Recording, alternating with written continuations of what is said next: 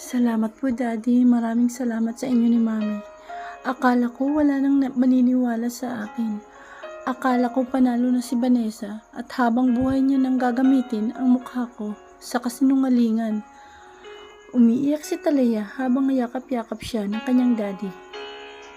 Samantalang pagising ni Vanessa, wala na si Miguel.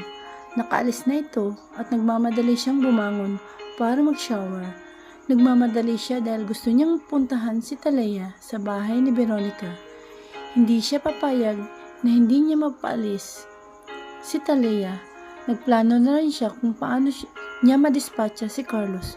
Gusto niyang gantihan ito sa pagtraidor nito sa kanya. Pagkatapos niya mag-shower, nagmadali siyang magbihis. Nakita niya ang